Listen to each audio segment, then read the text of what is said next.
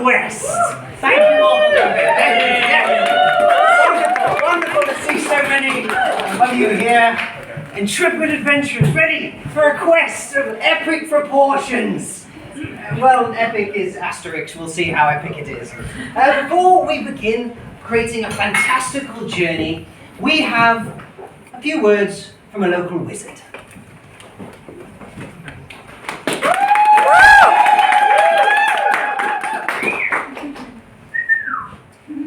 Trickier than it looks, this bit. Ow, ow!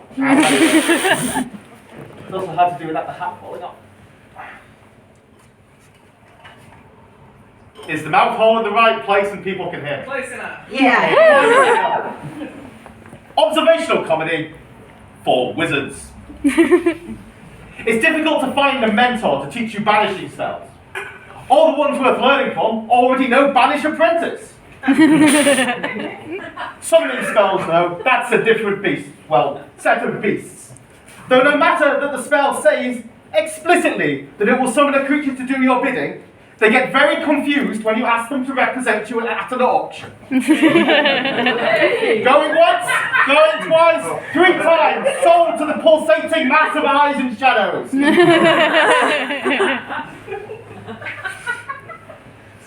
How many eldritch invocations in forgotten tongues does one have to learn before one gets very, very worried about talking in your sleep? Wizard life hack.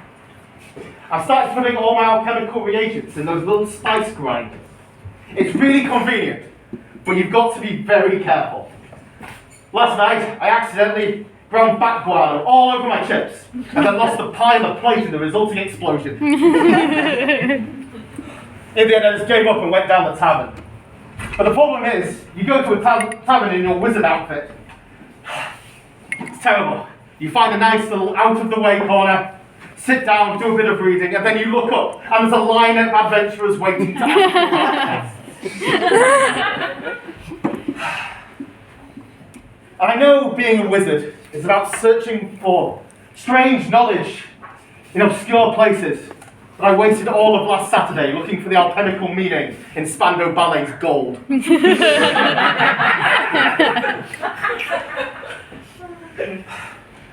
I mean, I had the record in my library. Wizard libraries, yeah? Yeah. All twisting and non-Euclidean. I mean, it's not like that to show off, but you know that urge to just get in one more bookshelf.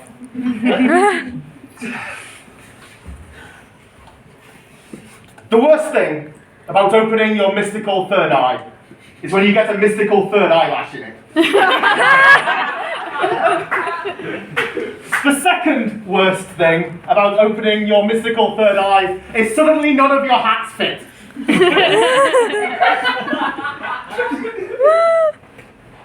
What's the proper weight for a wand? I like to think that if I swish and I flick and I accidentally let go, it's going to have someone's eye out. Death and taxes. They say they're the two inevitables, but there are far more spells that protect you against death.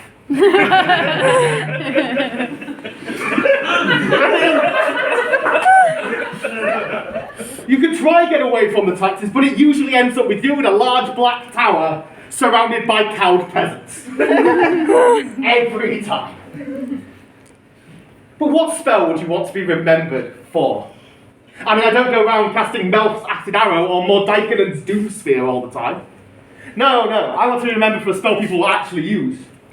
Dave's Comfiest Slippers. Or Winterbottom's Wallet Finder. It finds your wallet, not mine. And why is Cthulhu so popular? It makes no sense. I too can rise dramatically from the waters. I do it every time I get out of the bath. I too can strike fear into mortal hearts with my visage, often if they see me getting out of the bath. I too have been hit by a boat. Well, it was a canoe. That wasn't in the bath. But when Cthulhu strikes forth from Dreadvilliers to devour the souls of mortals, it's all plushies and board games and Cthulhu.